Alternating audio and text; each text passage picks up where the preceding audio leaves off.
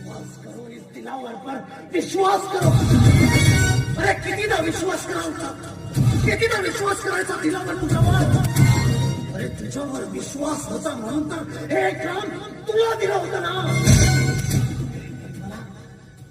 मला तो मुलगा पाहिजे, कारण मांत्रिकानं सांगितल्याप्रमाणे एक पायाळू मुलगा मला हवाय.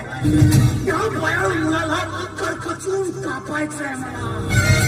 मग त्याच्या रक्ताच्या चिरकांड्या त्या टेकडीवर फेकायच्या.